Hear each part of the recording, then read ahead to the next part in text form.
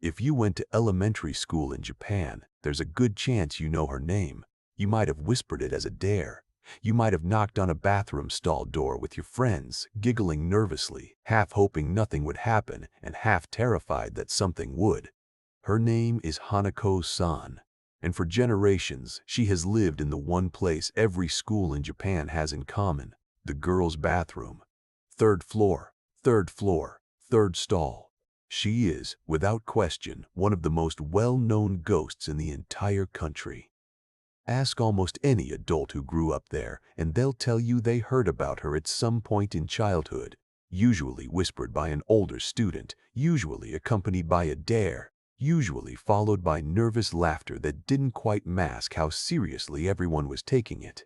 Tonight, I want to tell you who she is, where she's said to have come from, the different forms the legend takes depending on who's telling it, and what happens, according to the people who claim to have tried it, to those who go looking for her. Because some of them, if the stories are to be believed, never came back out of that stall quite the same. Let's begin. The core of the legend is almost eerily consistent, no matter which region of Japan you hear it from.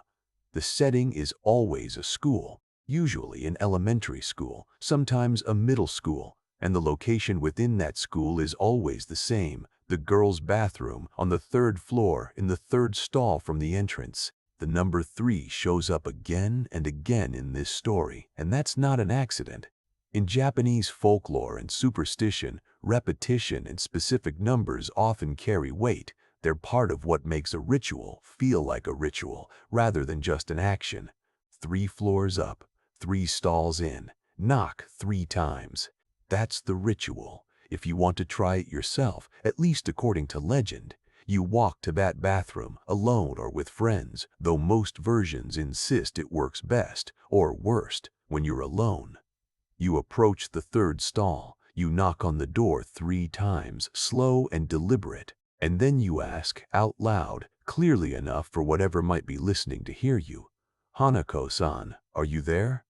Most of the time, according to those who claim to have tried it, nothing happens. Silence. Maybe a nervous laugh from whoever dared you into it. You walk away feeling like you got away with something, brave enough to try, lucky enough that nothing answered back. But sometimes, and this is where every version of the story converges, a small voice answers from inside the stall. "Yes, I'm here." What happens next depends entirely on which version of the legend you're hearing, and there are more variations of this story than almost any other in Japanese urban folklore. In some tellings, if you open the door, you find a little girl who looks almost painfully ordinary. A red skirt, a simple bob haircut, the kind of look a schoolgirl might have had decades ago. She simply stands there, watching. And the story ends there, with no further explanation, which is somehow worse than if it didn't. In other, far darker versions, what's behind that door isn't ordinary at all. A girl with half her face missing, a single eye where there should be 2, skin that doesn't look like skin anymore. And in these versions, she doesn't just stand there, she reaches for you, and whoever she manages to grab is never seen again. Some tellings skip the physical encounter entirely. Instead, the moment you open the door, the bathroom itself seems to change around you. The tiles shift color, the lighting dims or flickers in a rhythm that doesn't match any faulty wiring. The sound of the school outside, footsteps, distant chatter, the hum of the building, goes completely, unnaturally silent, as if the entire bathroom has been sealed off from the rest of the world, just for you, just for that moment. And in a handful of the more unsettling versions, nothing happens in the bathroom at all. You leave, you go home, everything seems fine, and it's only later, sometimes days later, that you start noticing her. In mirrors, in the reflection of a window at night, standing somewhere just behind you in a photograph that didn't have her in it when it was taken. Like a lot of Japanese urban legends, nobody can point to one single, verified origin story. Hanako-san doesn't come from a specific historical record or a documented event the way some ghost stories do. Instead, she seems to have emerged the way most enduring folklore does, passed down through generations of schoolchildren, shifting slightly with every retelling, absorbing pieces of local history along the way until the true origin became impossible to separate from the legend itself. That said, a few origin stories come up again and again, repeated often enough across different regions that they've become something like the accepted canon of who she was. The first, and perhaps most widely repeated, places her death during the Second World War. In this version, during an air raid, Hanako was a young girl playing hide-and-seek with her classmates when the sirens began. Rather than heading for a shelter, she hid exactly where the game had taken her, inside the school bathroom, tucked into the third stall, and she never made it out before the bombing struck the building. When the raid ended and the smoke cleared, her friends went looking for her, calling her name through the wreckage. They found the stall, mostly intact by some cruel twist of fate. They found nothing else. A second version, far darker and with no war involved at all, describes a more personal tragedy. In this telling, Hanako was a child who was murdered by a parent in some tellings, by a stranger in others, caught alone in that bathroom after the rest of the school had emptied out for the day. Her death in this version was sudden, violent, and never properly explained or resolved. No one was ever caught. No one ever really knew what happened to her, only that she went into that bathroom one afternoon and never walked back out. A third, quieter version simply says she died by suicide, alone, in that same stall, for reasons the story never specifies, reasons that were maybe too painful or too ordinary for the legend to bother explaining. This version tends to be the least dramatic and, in a strange way, the most unsettling because it doesn't offer villains or air raids or grand tragedy. It just offers a lonely child and an empty bathroom. There's a thread that runs through nearly every version of this story, no matter how it's told. A young girl, alone, in a place that was supposed to be safe, whose death went unwitnessed and unexplained. And in Japanese folklore, that particular kind of death, sudden, isolated, without closure, is exactly the kind said to leave something behind, a spirit with unfinished business, a presence that doesn't know or doesn't accept that it's supposed to move on. Whatever she was in life, the story suggests she never really left that bathroom, and schoolchildren, being schoolchildren, have never quite been able to leave her alone either. What makes Hanako-san such a fascinating piece of folklore, beyond just how frightening she is how differently she's described depending on where in Japan you ask. In some regions, the story isn't tied to a stall at all. Instead, she's said to appear if you flush the third stall's toilet 3 times and call her name. In others, the ritual requires you to say her full name, and reciting it incorrectly is said to summon something other than her, something worse, something that only pretends to be Hanako-san in order to lure children into opening that door.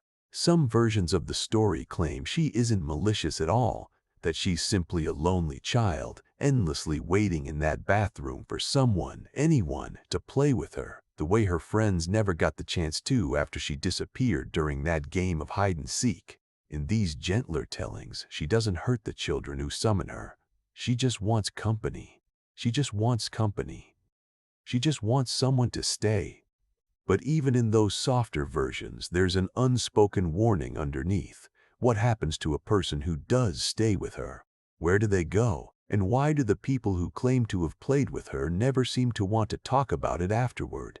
Other regional versions are considerably less gentle, describing her as actively dangerous, a spirit that pulls curious children into the stall with her, into some space that isn't quite the bathroom anymore, and doesn't let them back out. This is common with legends that spread by word of mouth across an entire country over decades. There's no single studio, no single author, no single correct version. Just thousands of children across dozens of prefectures, adjusting the story slightly each time it passed from an older sibling to a younger one, from one classroom to the next. I want to walk you through one particular telling of this story, the kind that circulates in Japanese schools, passed student to student, teacher to teacher, changing slightly each time it's retold, the way all urban legends do. This version is often shared as something that really happened to someone's older sister or someone's cousin or a girl 3 grades above. Nobody can ever quite trace it back to its true source. That's usually how you know a story like this one has taken on a life of its own. It goes something like this. My name doesn't matter. What matters is that I was 11 years old, and it was the last week of school before summer break, and everyone in my class was talking about HANAKO-SAN. It started the way these things always start, a dare. One of the boys in my class said his older brother had done it the year before, knocked on the door, asked the question, and heard something answer back. He said his brother never talked about what happened after that. Just went quiet whenever anyone brought it up, and started using the bathroom on a completely different floor for the rest of that school year, even though it meant walking twice as far between classes. Naturally, none of us believed him, but none of us wanted to be the one who refused to try it either. That's the strange social pressure of being 11. You'll walk towards something you're afraid of rather than risk looking afraid in front of your friends. So after school, once most of the other students had gone home, 6 of us stayed behind and walked up to the 3rd floor together. I remember how quiet the hallway was. School hallways are strange after hours. All that space that's usually full of noise and movement, completely empty, completely still. Our footsteps echoed in a way they never did during the day, and every sound seemed amplified, like the building itself was listening to us. We stood outside the bathroom door for a long time before anyone worked up the nerve to go in. I remember someone suggesting we just forget about it, go home, pretend we'd done it. And I remember how none of us actually took that offer, even though every single one of us wanted to. Eventually, it was decided, the way these things always get decided, through nervous laughter and pushing each other forward, that I would be the one to do it. I don't remember agreeing to it. I just remember suddenly being the one standing in front of the door with 5 other kids crowded behind me, close enough that I could feel them breathing. The bathroom was empty. Fluorescent lights buzzing overhead, one of them flickering slightly, the way old-school lighting always seems to. 3 stalls, just like always, doors slightly ajar, ordinary in every way. I walked to the 3rd one. I remember my hand shaking a little as I raised it to knock. I told myself it was just nerves, the kind of nervous energy you get from doing something you know is silly, in front of people you don't want to embarrass yourself in front of. I knocked 3 times. "Hanako-san, are you there?" Nothing. For a few seconds, nothing at all. And then one of the boys behind me laughed, relieved, already turning to leave, already turning this into a story we'd tell for the rest of the year. The time we almost got scared of nothing. That's when I heard it. A voice. Small. Coming from inside the stall. "Yes, I'm here. I want to be honest with you about what happened in that moment, because I've thought about it a lot since." I didn't scream. I didn't run. I just stood there, completely frozen, staring at a stall door that hadn't moved, listening to a voice that had come from somewhere it shouldn't have been able to come from. Behind me, everyone had gone silent, not the nervous, giggly silence from before. A different kind. The kind that happens when 6 kids all realize at the exact same moment that something is deeply, seriously wrong. I don't know what made me reach for the door. I've asked myself that question more times than I can count in the years since. Some instinct, maybe. Some part of me that needed to see, needed to know, more than it needed to be safe. Curiosity has a way of overriding fear at exactly the wrong moment. I pushed it open. The stall was empty. No girl, no red skirt, no half a face, no missing eye, none of the things the older kids always warned us about. Just an ordinary bathroom stall, toilet, tile floor, nothing out of place at all. For one brief second, relief washed over me. I remember almost laughing, the kind of shaky laugh that comes right after real fear, when your body hasn't quite caught up to the fact that the danger has passed. Then I noticed the mirror. It was on the wall directly across from the stalls, the kind you'd find in any school bathroom, slightly scratched, a little foggy at the edges from years of steam and use. And reflected in it, standing just behind me, was a little girl. Not in the stall, behind me, in the reflection only. I spun around immediately. There was nothing there. No one behind me at all. Just my 5 friends, still frozen by the door and empty space where the girl in the mirror should have been standing. I looked back at the mirror. She was still there, watching me. And this time, she was smiling. The kind of smile that doesn't reach anywhere near the eyes. A smile that looked practiced or borrowed, like it belonged on someone else's face.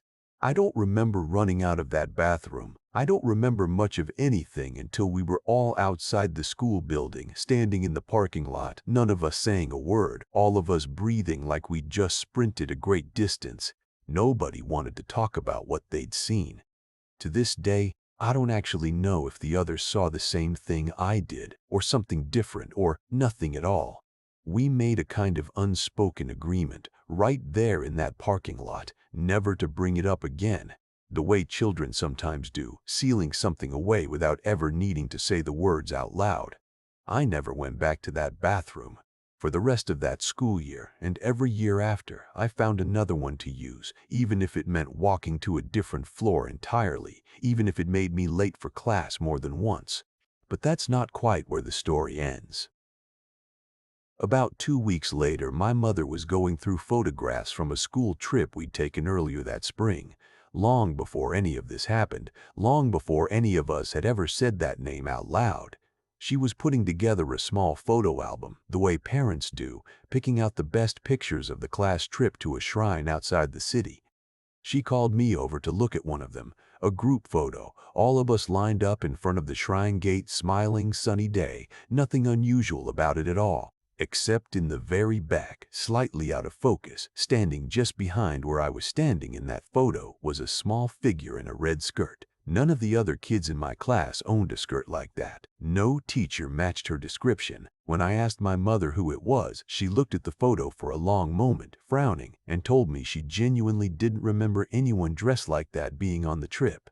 I never showed that photo to my friends. I don't know why. Maybe because some small part of me already knew what they'd say or wouldn't say if they saw it. I still have it somewhere, packed away. I haven't looked at it in years. I don't think I want to. Stories like the one you just heard are common enough that if you search for them, you'll find dozens of similar accounts. Different names, different schools, different small details, but the same bones underneath every single time. A dare. A knock. A voice that shouldn't have answered. And something that follows the person home in one form or another long after they've left that bathroom behind.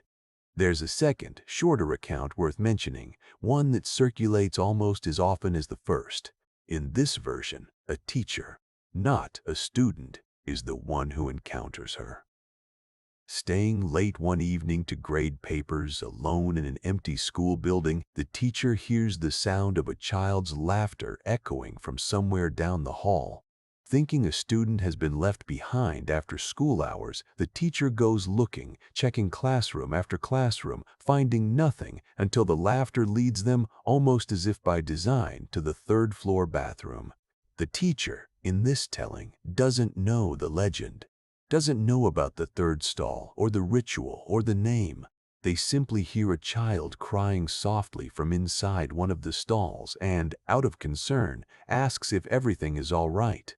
A small voice answers, "I'm here. Will you play with me?" The teacher, thinking a young student is frightened or lost, opens the door to comfort her. The stall is empty, but the laughter, according to the story, doesn't stop. It follows the teacher out of the bathroom, down the hallway, growing fainter and fainter until it doesn't. This version ends there. No explanation, no aftermath described, just an empty hallway and a sound that eventually goes quiet. Stories like this one exist in nearly every culture, in one form or another. A child taken too soon in a place that should have been safe. A ritual that seems harmless until it isn't. A voice that answers when it shouldn't. What makes HANAKO-SAN endure, generation after generation of Japanese schoolchildren, isn't really the ghost herself, it's the setting. A school bathroom is one of the most mundane, unremarkable places imaginable. Tile floors, fluorescent lighting, the same 3 stalls you walk past a dozen times a day without a second thought, in a building you're required to return to, day after day, for years of your childhood. And that's exactly what makes her frightening in a way that other legends aren't. She isn't hiding in some abandoned building at the edge of town, or a graveyard, or anywhere you'd naturally expect danger to live, somewhere you could simply choose never to visit. She's in the most ordinary place in your entire school, a place you have to go back to again and again, whether you want to or not, for as long as you're a student there. Some legends ask you to travel somewhere dangerous to find them. Hanako-san simply waits for you to come to her. She doesn't chase. She doesn't need to. Sooner or later, curiosity, or a dare, or boredom, or the simple, universal need every child feels to prove they aren't afraid, brings someone back to that door, and that, more than any single detail of the story, might be the most unsettling part of all. So the next time you're in an old school building, especially one with a third floor and a bathroom with 3 stalls, you might want to think twice before you knock on that door. She might just answer.